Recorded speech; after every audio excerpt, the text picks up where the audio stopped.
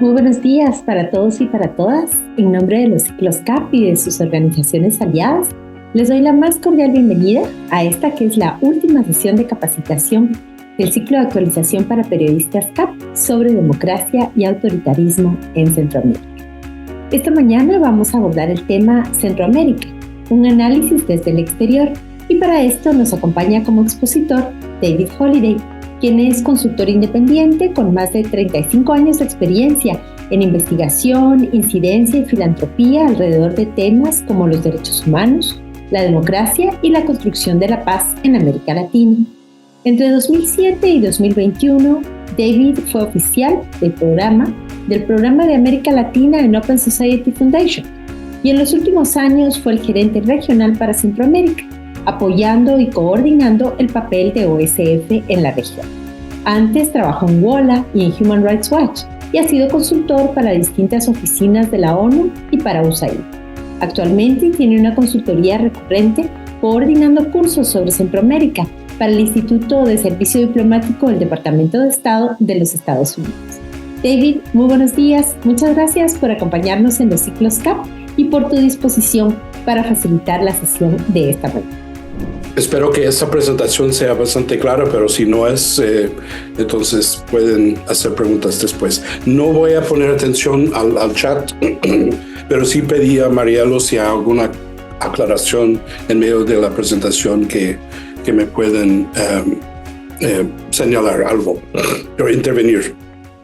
Bueno, entonces el tema de hoy es cómo ve los Estados Unidos a Centroamérica desde la política de la administración Biden y luego algunas apreciaciones personales y críticas incluso de las premisas de la política. Y luego yo sé que hay mucho interés ahora en cómo va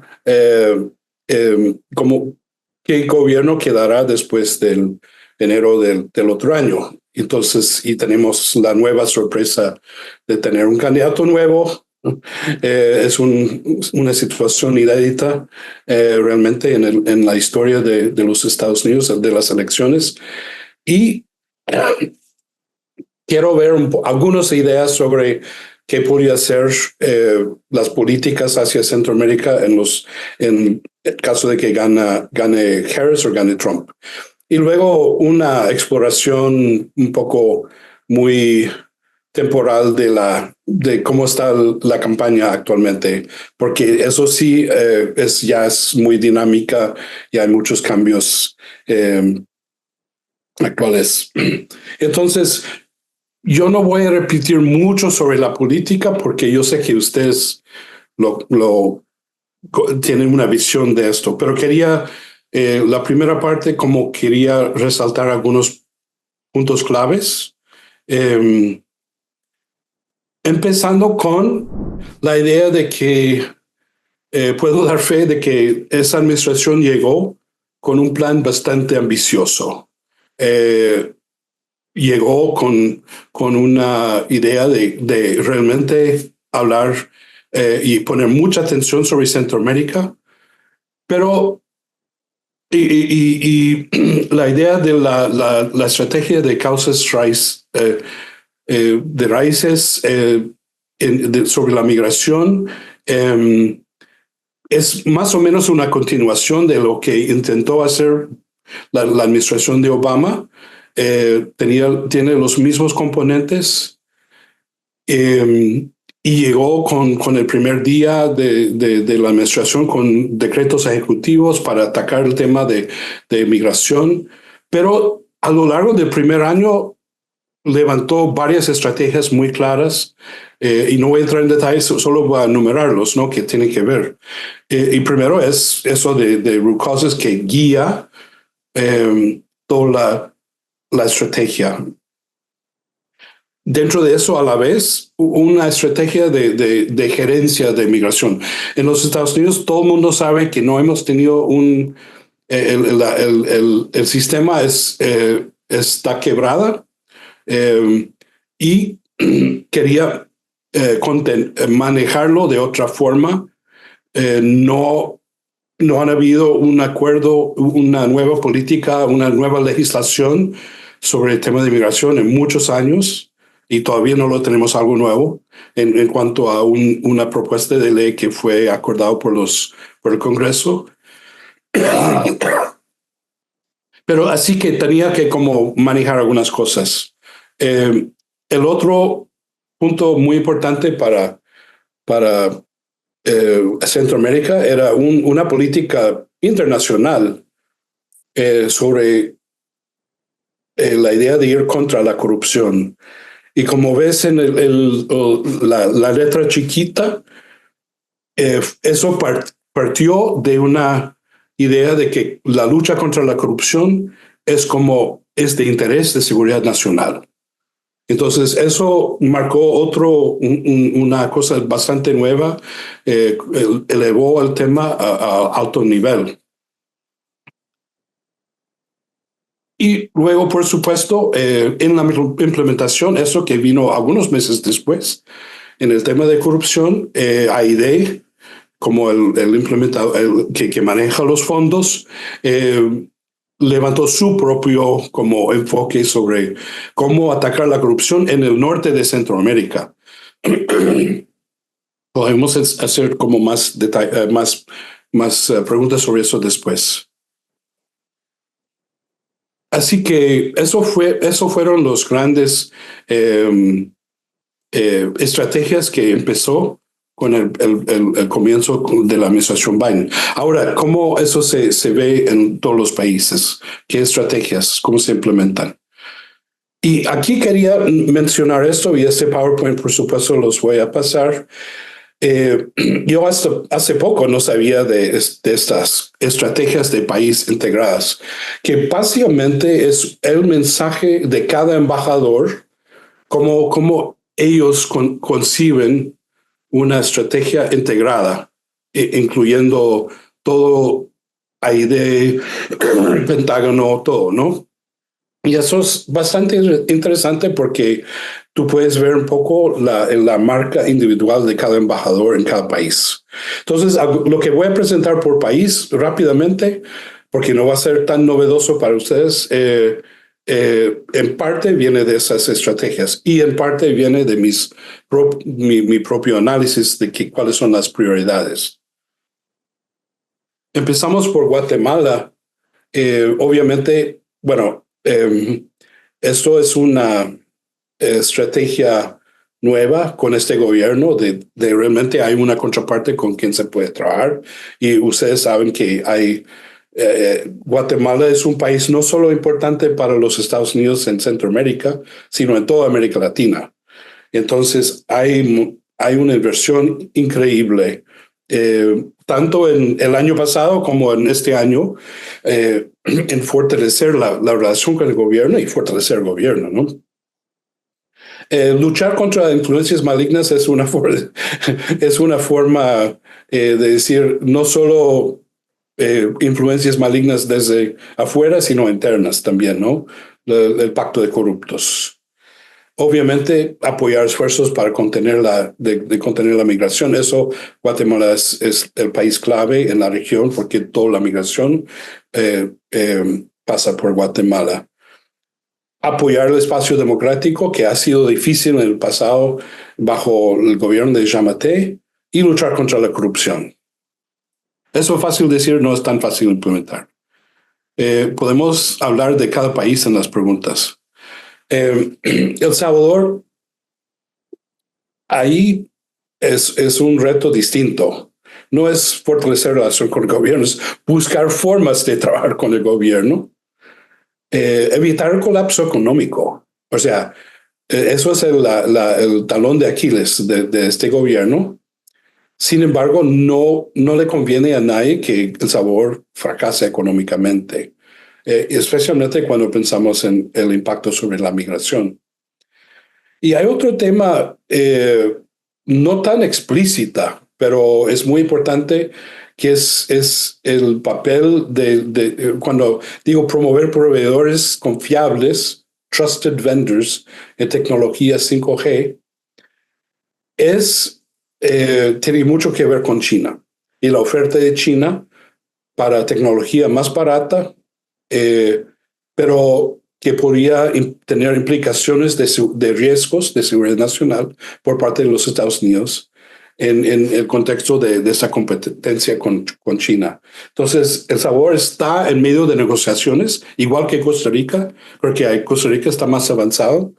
Costa Rica que ya estaba pactado con China, pero ya los Estados Unidos han logrado como convencerlos a trabajar más con cuando digo proveedores confiables, porque no son de los Estados Unidos, son de los países escandinavos, o sea, Ericsson, etcétera, y son más caros.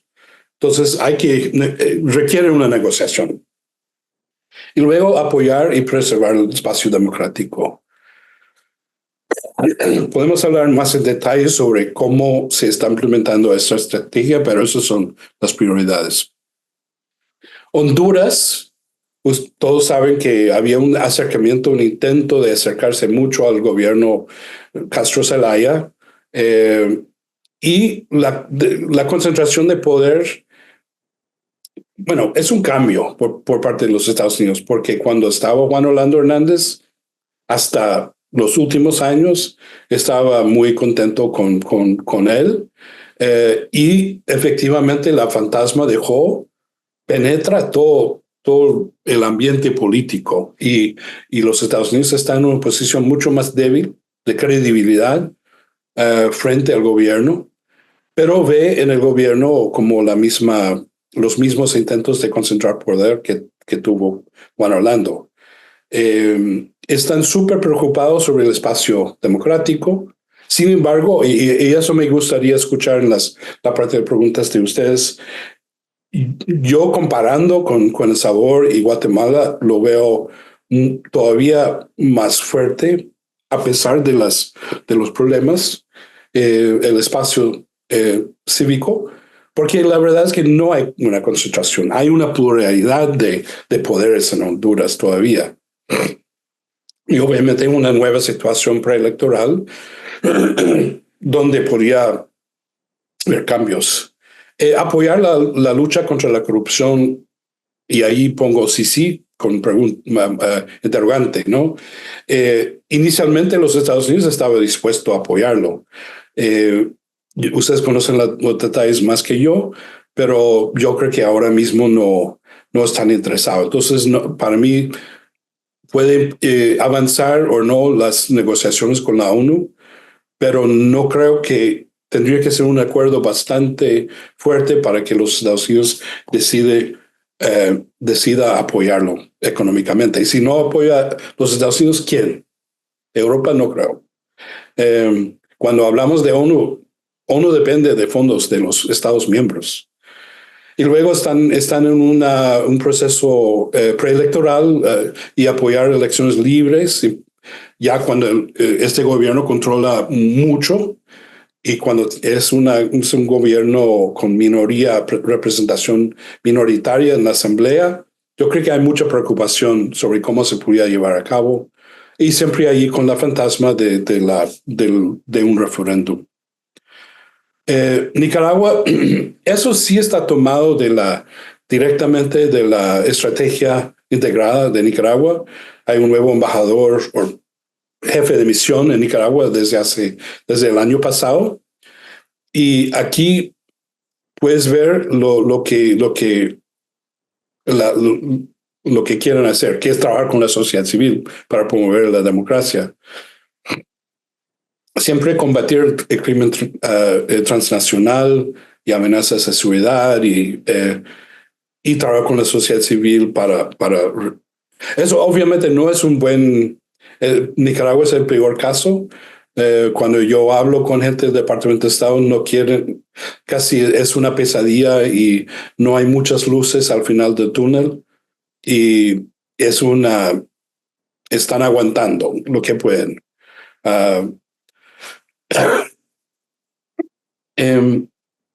Finalmente, sobre la política actual, quiero mencionar dos cosas que han salido en esas presentaciones, pero que son muy importantes subrayar, porque a mi juicio, realmente esos son los dos factores más importantes en la política. No es Sí, siempre va a ser apoyar derechos humanos, la democracia, espacio cívico, pero los dos temas que realmente marcan la política actual y al futuro también creo, tienen que ver con migración y China.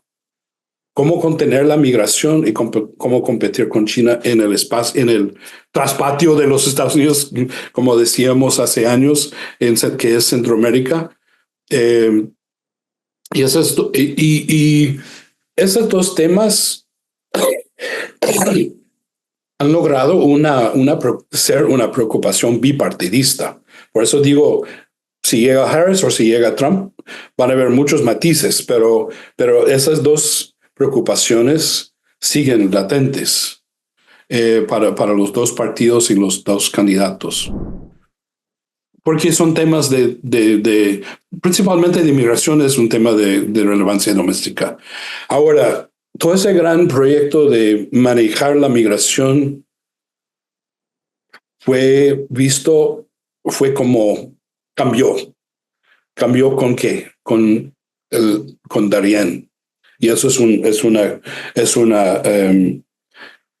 un foto de que ustedes ya tienen muchos sobre la apertura de la brecha de la selva de Darien al paso a la migración.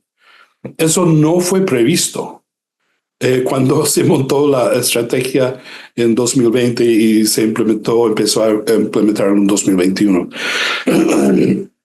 Y hay dos gráficos que son útiles para verlo, ¿no?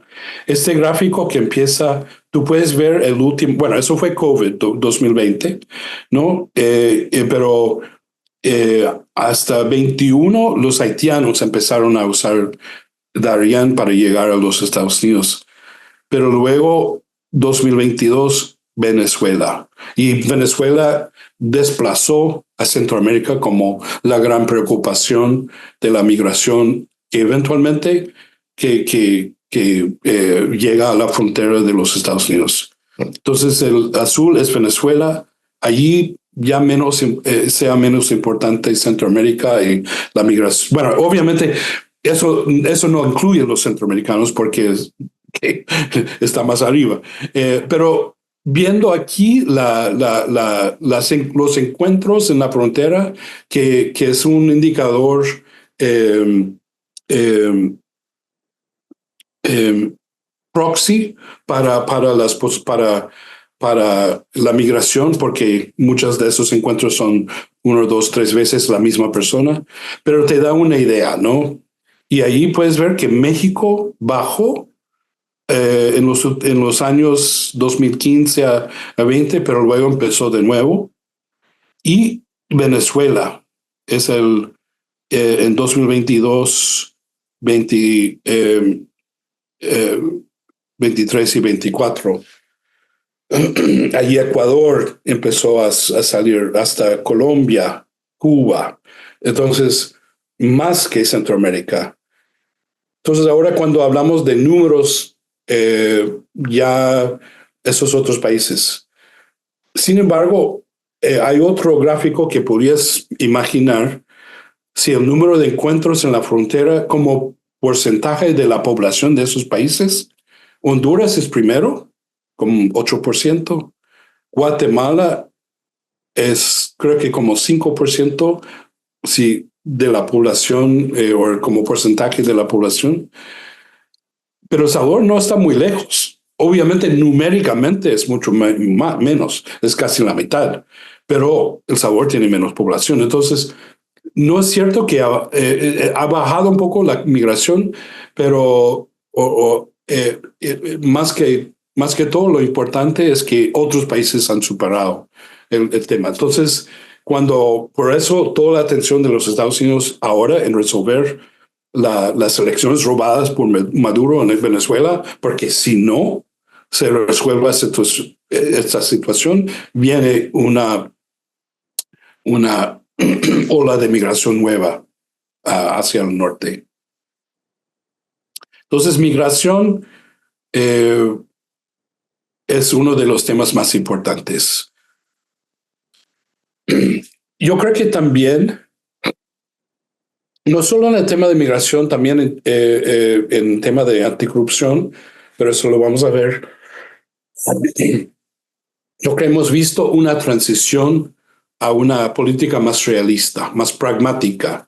Se puede decir que al principio de la administración Biden había mucho idealismo, o sea, sí podemos, sí se puede y tener un impacto en Centroamérica, sí podemos atacar las causas raíces. Sin embargo, hay otra visión en la política que tiene un sustento y tienen variaciones liberales y conservadores, pero ese, por ejemplo, es una cita de un artículo de Robert Gates, que fue ministro de Defensa con George Walker Bush, o sea, el Bush segundo, y Obama, y también jefe de inteligencia en la administración de Bush. Y es un tipo considerado en el establishment de política exterior como un moderado y un realista. Y él propone en ese artículo, que luego te voy a dar la cita, no deberíamos dividir el mundo entre democracias y autoritarios. Y aquí, porque cuando lo hacemos esto, bueno, lo voy a leer. Estados Unidos siempre debe defender la democracia y los derechos humanos en todas partes, pero ese compromiso no debe cegar a Washington ante la realidad de que los intereses nacionales estadounidenses a veces le exigen trabajar con gobiernos represivos y no representativos. Y eso es claro con los países grandes, ¿no? Lo nuevo es que lo estamos haciendo a la fuerza con países autoritarios en Centroamérica. El Salvador siendo el gran ejemplo de eso. No porque apoyamos a ese gobierno o los ideales necesariamente, porque hay muchos vacíos democráticos. Y eso es la cita para de dónde está tomado. Eso fue publicado casi hace un año. Y habla de la desfuncionalidad del superpoder que es los Estados Unidos. Y cuando habla de eso, también habla de las divisiones domésticas, las visiones distintas de republicanos y demócratas, donde no se pueden muchas veces lograr ningún acuerdo o son visiones opuestas por razones políticas, no necesariamente por razones de hecho. Y para mí ha sido interesante, tanto en la migración como China, esos dos temas, cómo esa administración ha sido bastante duro con China. Realmente la visión de la estrategia de seguridad nacional de la última administración de Trump fue hecha en 2018. En 2022, cuando Biden hizo su estrategia nacional de seguridad nacional, quedó muchas de las mismas políticas frente a China. Sin embargo, no hay un consenso tan fuerte porque hay matices. Pero a mí me impresiona cuando yo escucho audiencias en el Congreso, los demócratas hablando de China, haciendo preguntas, ¿qué estamos haciendo a su propio, como contrapartes en el gobierno, con Eric Jacobstein, con Milady de AID, ¿qué estamos haciendo para confrontar a China? Entonces, todo el mundo tiene que posicionarse frente a China y frente a la migración. Y así, la región, esta región de Centroamérica, lo más cercano a los Estados Unidos, ha cambiado bastante en los últimos años, como sabemos, incluyendo durante la administración Nicaragua y Honduras, que reconoció a China. Ahora, no sé si todos tienen claro de que hay dos países, Belice es muy pequeño, muchas veces no está visto como parte de Centroamérica, sino visto por parte del Caribe, en el Departamento de Estado, como está en el istmo centroamericano, lo pongan ahí. Pero esos dos países reconocen a Taiwán.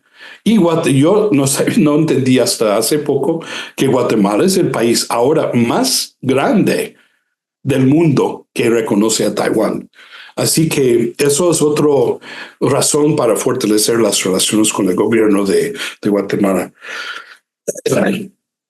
Sin embargo, como yo comentaba anteriormente, el consenso sobre China varía un poco.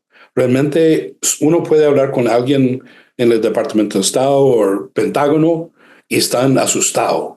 Tenemos que enfrentar a China. China está invirtiendo mucho, quieren tener los puertos que pueden tener uso eventual como uso militar. Pero hay otros, y eso cito tengo el título de un artículo recién publicado por el Instituto de Paz, pero hecho por alguien del Diálogo Interamericano, que realmente dice que en Centroamérica pues no hay tanta amenaza, francamente. Y bueno, tiene mucho que ver también con no hay mucho que explotar. Sí, los puertos, etcétera, son una amenaza, pero ahí mucho de la preocupación, como la paranoia de la administración Biden o distintos actores dentro de la administración, tiene mucho más que ver con lo demás de Centroamérica. Centroamérica de América Latina. Centroamérica no es tan importante. Ahora quiero entrar en algunos comentarios. ¿Por qué la política no ha funcionado? Yo digo un poco diplomáticamente por una implementación débil, pero realmente va más allá de la implementación. Y obviamente construyendo una política en 2020 y empezando a implementarlo en 2021, el contexto cambió bastante rápido, ¿no? Incluso desde 21 los cambios en El Salvador, Honduras, Nicaragua siempre siguen empeorando. Bueno, Honduras con la elección de Jesús Zelaya y luego Arévalo te da otras oportunidades. Sin embargo, si uno lee el Centroamérica de esta década, no es lo mismo que fue Centroamérica en 2015, cuando fue creado la estrategia inicial bajo Obama. Hay algo que mucha gente no realmente entiende, que es hace 2 años había un cambio en la política anticorrupción. Y básicamente que mucho de la política punitiva no funcionó. Las sanciones, Engel no logró sacar o castigar a esos individuos. Y a veces el contrario, o sea, los países en Honduras, 2 vicepresidentes del Congreso ya es como una medalla de honor, y yo voy a crear mi propia lista. Pero en El Salvador, o sea, los 2 personas más, no solo sancionado por la lista Engel, sino por la Magnitsky, Carlos Marroquín y el jefe de prisiones, los 2 siguen allí. Entonces, y eso es porque yo creo que en los 40 años que he trabajado y he estado pensando en Centroamérica, nunca he visto los Estados Unidos menos fuerte, con menos palanca frente a los gobiernos. ¿Y por qué? Porque sí, la migración es un tema, y China, que de algunas formas toman prioridad y no pueden. Pero lo que pasó en la actualidad y con también el mundo multipolar, los países pequeños no tienen que solo ir con los Estados Unidos, pueden ir con Rusia, con China, y esto lo estamos viendo. Entonces, en 2022 empezó a haber como una discusión interna en la administración si estaba funcionando toda esta política. Y creo que ganó la idea de que no siempre funciona. Hay hace 2 años también creo, paralelamente a esto, yo recuerdo haber cenado con Bernardo Arévalo y otros de Semilla antes de que fuera, cuando ya eran candidatos, pero antes de que sabía lo que iba a pasar. Y Bernardo, que es muy sensato, me dijo, ¿cómo puede funcionar una política de naming and shaming? O sea, de nombrar y avergonzar cuando los corruptos no tienen vergüenza. Y creo que tenía un punto importante. Ahora sí, muchos me han preguntado cuándo empezó este cambio. Y está en inglés, pero hace 2 años, septiembre 19 de 2022, un fireside chat, o sea, una entrevista con Juan González. Y eso fue justo un mes después de que Petro ganó en Colombia. Y él dijo en esa conferencia, en esa entrevista, bueno, que hace 30 años hubiéramos hecho todo para que no llegara Petro, para que no tuviera éxito, etcétera. Ahora sí es una realidad, tenemos que trabajar con él. Al final de la entrevista hubo preguntas sobre El Salvador. Incluso dijo, bueno, yo no sé si es... yo no conozco el derecho salvadoreño, yo no sé si es inconstitucional o varias cosas, entonces los abogados defienden. Entonces tú puedes ver ya no una estrategia de bajar el tono, de no como condenar, sino de aceptar las realidades. Entonces esa entrevista es muy clave, está en inglés y está en línea en YouTube, en la página de USIP. Entonces, eso es solo para ilustrar o sustentar la idea de que hubo un cambio. Otra cosa que yo siempre critiqué desde que hablaron en la campaña de 4,000 millones es que para mí esto está basado en una premisa fallida o falaz de que se puede lograr resultados en el corto plazo. O sea, tiene la idea, si tiene más dinero, puedes lograr más resultados. Y eso no es cierto. No es cierto en temas, puede ser en algunos temas de salud, de agricultura, no sé qué, pero en temas de democracia, en temas de gobernabilidad, eso no. Eso tenemos 4 décadas de estar invirtiendo en Centroamérica y sin grandes resultados. Y la otra parte del problema de eso es que la maquinaria de los Estados Unidos, no de asistencia, es lenta, burocrática e ineficiente. Y es lo que hay, pero tampoco esos 4,000 millones va a resultar muy poco de eso queda en el país, en los países. Obviamente es difícil cuando no hay buenos compromisos gubernamentales, pero también la premisa falaz de que se puede lograr compromiso ofreciendo dinero, y eso tampoco. El otro problema de la estrategia que veo es que hay una contradicción. O sea, la estrategia fue hecha para países democráticos. Pero ¿qué pasa? Y uno tiene que fortalecer la seguridad, la prosperidad y la gobernabilidad. Pero ¿qué pasa en el tema económico, que es muy importante para contener la migración, cuando hay países no democráticos?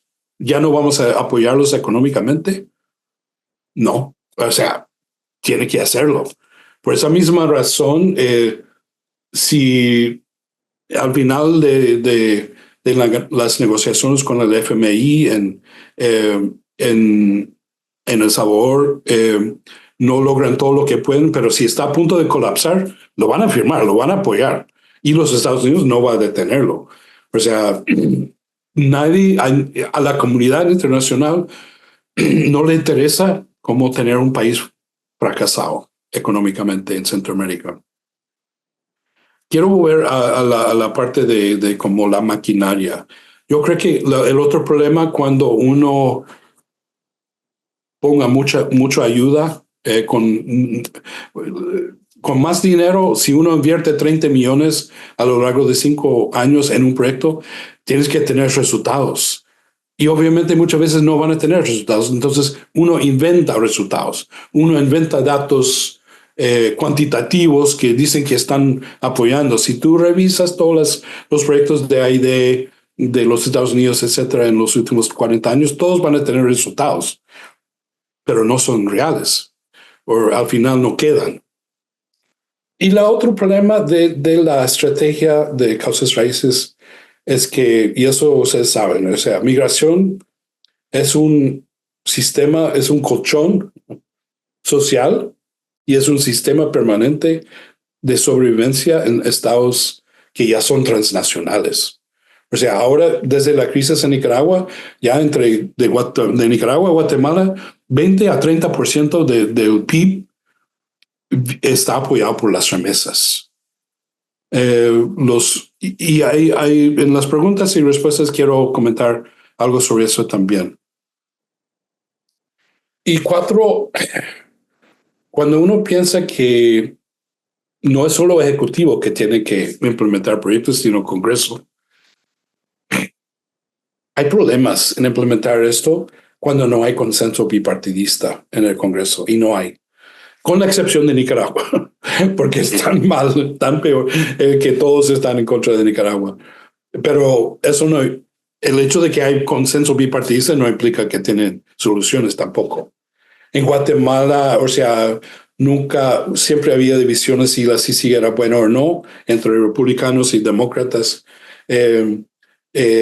Después, en esta transición, o sea, si los Estados Unidos, si la administración Biden estaba persiguiendo a Yamatei injustificablemente, y a pesar de unos 2 o 3 meses cuando hubo un consenso bipartidista en la transición, porque Arevalo sí ganó las reelecciones, sigue el aparato en Washington conservador de lobby que piensa que comparte rumores y análisis de que es un socialista, que no hay que confiar en él.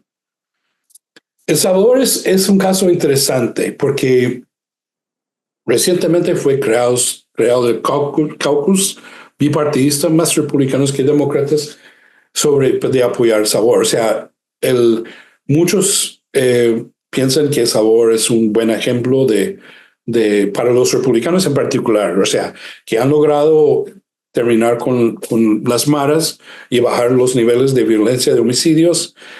Eso es un gran logro para ellos. Entonces es un modelo. Sin embargo, por los demócratas, por esa misma razón, se sienten en una situación débil de criticar la falta de democracia cuando la gente está contento, según las encuestas, ¿no? Las encuestas que financia USAID, la POP, dicen que en cuanto a confianza en instituciones legislativas, ejecutivas, policía, gobierno, El Salvador, más que cualquier otro país en América Latina, la gente tiene confianza en estas instituciones. Obviamente hay un problema con esta encuesta, porque para mí no es un signo de que El Salvador ya es democrático, aunque mucha gente cree que están viviendo la mejor democracia de su vida, sino que es una reflexión de una ciudadanía autoritaria. O sea, básicamente todo eso depende de la creencia en una persona. Y obviamente que tiene que dar resultados. Ahora tenemos los agromercados, o sea, y eso es donde, repito, el talón de Aquiles va a ser la economía, en el caso de Bukele. Pero el punto en cuanto a consenso bipartidista es que no es tan conveniente para demócratas criticar El Salvador, porque hay como un fanatismo a favor de Bukele y hay apoyo popular. Y cualquier político quiere esto, necesita esto para sobrevivir. Entonces por eso digo que hay un parálisis bipartidista. Algunos fans y otros críticos, pero no se puede hacer nada. Honduras creo que está en una posición muy desventajada porque tiene una política pro izquierda. Mira en Venezuela ahora, ¿no? Reconociendo el gobierno. Bukele, Arevalo no ha reconocido a Maduro, creo. Entonces, Yo no creo que ellos van a ver eso siempre va a ser muy, muy complicada en una consenso bipartidista. Y como el Congreso da los fondos, el Congreso supervisa la política, aunque tengo que decir una cosa sobre el Congreso también, porque yo vivía en Washington en los 80, en la época de Reagan y Bush, y no hay, cuando fue realmente en primera plana de todos los periódicos, ahora no es. Y eso, por eso voy al, al, al, el último punto. El enfoque de Washington en la administración Biden ha sido en otras cosas, no en Centroamérica. A pesar de que fue un enfoque inicial muy fuerte, había un enviado especial, pero de pronto no tenía mucho que ver o mucho que hacer, ¿verdad? Ricardo Zúñiga. Pero Afganistán, no te imaginas cómo eso absorbió la administración en el primer año. Y luego empezó la migración masiva de venezolanos, bueno, 22, 21, y sigue. Ucrania, eso es como la guerra terrestrial más grande desde la Segunda Guerra Mundial. Biden dice que aquí está la lucha entre la democracia y la autocracia, ¿no? Gaza, Israel, Irán, la posibilidad o sea, la verdad es que no puede haber muchas prioridades y la verdad es que en Washington hay muy poca gente pensando en Centroamérica ahora. Hay muchos problemas del mundo, sin hablar de las elecciones, sin entrar en esa idea. Ok, aquí voy a ver rápidamente algunas ideas sobre qué podemos esperar. La verdad es que tenemos yo creo que tenemos bastante claro las dos opciones, ¿no? Aquí, foto, bueno, ves vicepresidente Harris con Arévalo en una visita a Guatemala apoyando, o no sé si fue en Guatemala o eso fue tomado acá en Washington. Si yo creo que Arévalo es la esperanza para Centroamérica de los Estados Unidos. Con todas sus debilidades, es un gobierno que intenta ser democrático y es clave para la migración, es clave para China. Así que la centralidad de Guatemala es muy importante. Sin embargo, por haber conocido esos países muy de cerca y por todas las razones en el último slide que mencionaba, yo no creo que Centroamérica va a ser una prioridad igual, porque cuando uno hace una región una prioridad, levanta expectativas. Incluso yo diría que no deberían poner tanta plata en Centroamérica. Lo que hay que hacer, pero ya hay mucho comprometido a nivel regional, por ejemplo, si uno habla con AID. Entonces, cuando uno piensa en Venezuela, en México, en Brasil, Colombia, no creo que eso va a ser es como una propuesta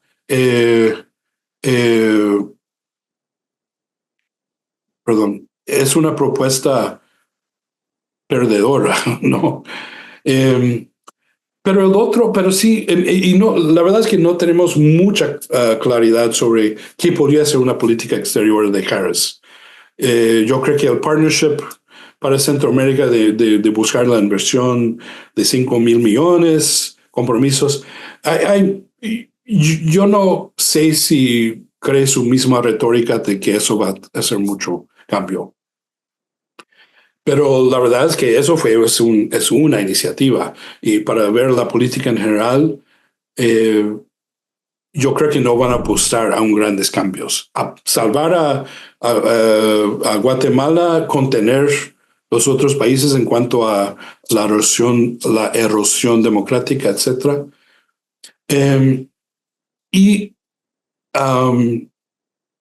Pero yo creo que algunas ideas podemos tomar porque la persona a la derecha, a la izquierda de Harris, a la derecha en el en el foto es Phil Gordon, es su asesor de seguridad nacional. Phil Gordon es un diplomático que ha trabajado en todas las administraciones de demócratas, Clinton, Obama, Biden, y él ha trabajado sobre Europa, no es un especialista en Centroamérica, sin embargo, por ser asesor ha conocido a Centroamérica, pero su último libro fue sobre el Medio Oriente. Y es una gran crítica a la idea de que el cambio de la política de cambio de régimen.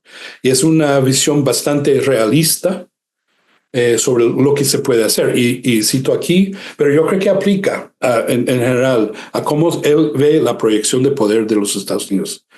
Que el debate sobre Medio Oriente padece la falacia de que existe una solución estadounidense externa para cada problema, incluso cuando décadas de dolorosa experiencia sugieren que ese no es el caso. Yo creo que eso se puede aplicar a todos los problemas. Entonces, él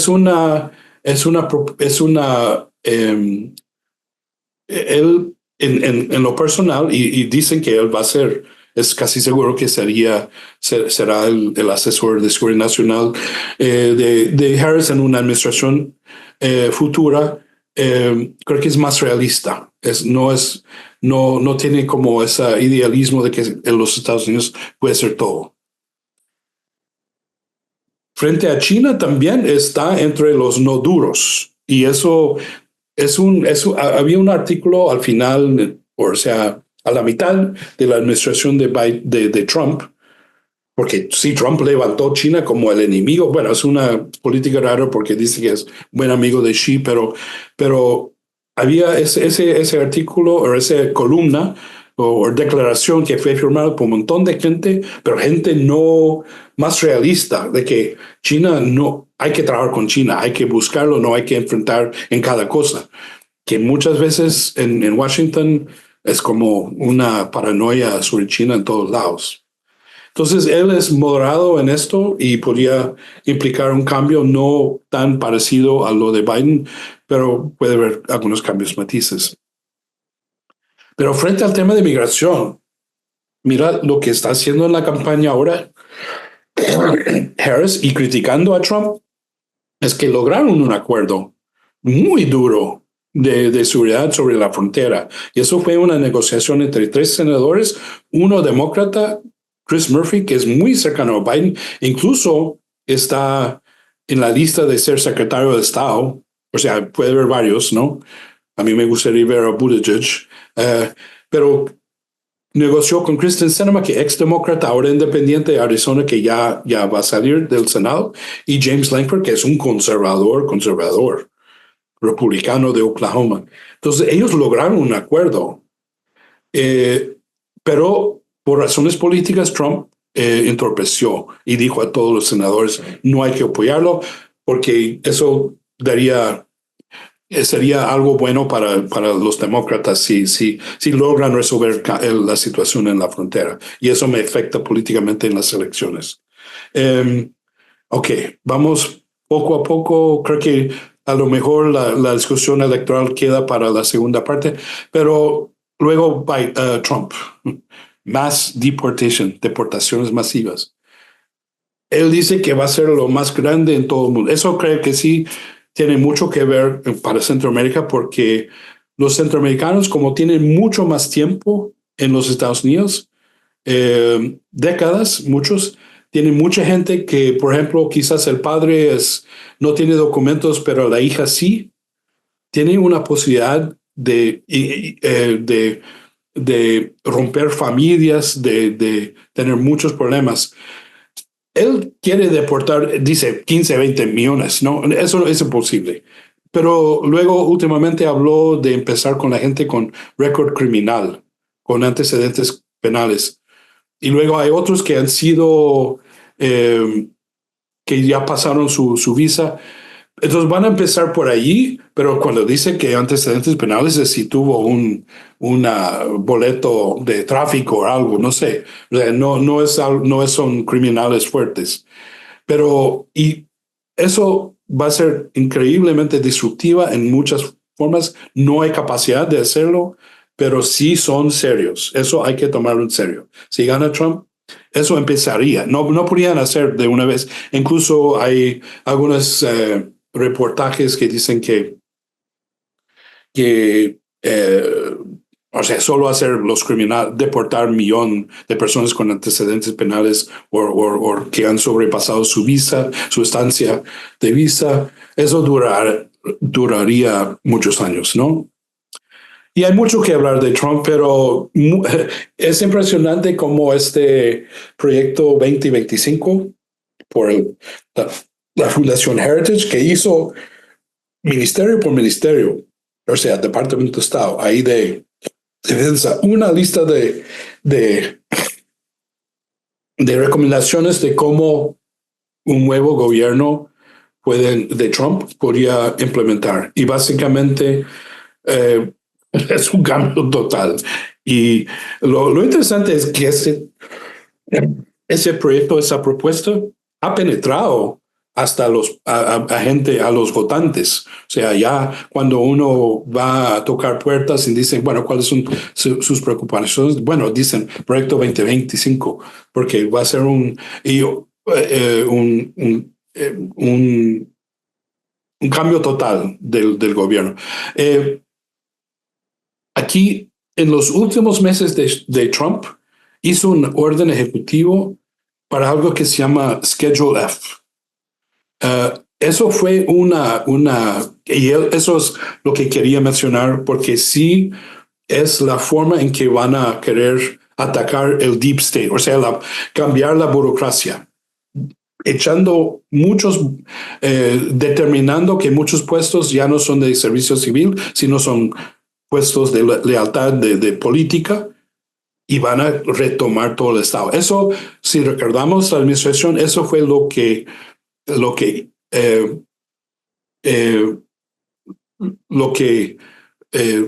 detuvo un poco Trump en su primera administración. Entonces, eso ya no va a ser, va a ser como una administración 100% leal, tipo Bukele, y eso va a ser un gran cambio y tiene impactos en todos lados. Obviamente, podemos hablar más de AID, etcétera. Estamos acercando 1 hora, entonces quiero ir terminando.